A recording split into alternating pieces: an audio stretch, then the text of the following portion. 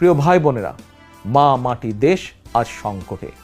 লেন্দুপ হাসিনার পৃষ্ঠপোষকতায় গড়ে ওঠা মাফিয়া চক্রের বিরুদ্ধে রুখে দাঁড়াতে না পারলে দেশ এবং জনগণের স্বাধীনতা থাকবে না। আমরা কি বুয়েটের আবরার কিংবা ফরিদপুরের মধুখালীর আশরাফুল আসাদুলের মতন অসহায় নির্মম মৃত্যু চাই? অবশ্যই চাই না।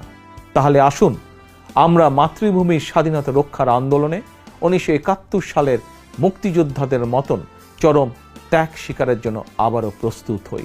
স্লোগান তুলি, আমার অধিকার, আমার দেশ, টেক ব্যাক বাংলাদেশ।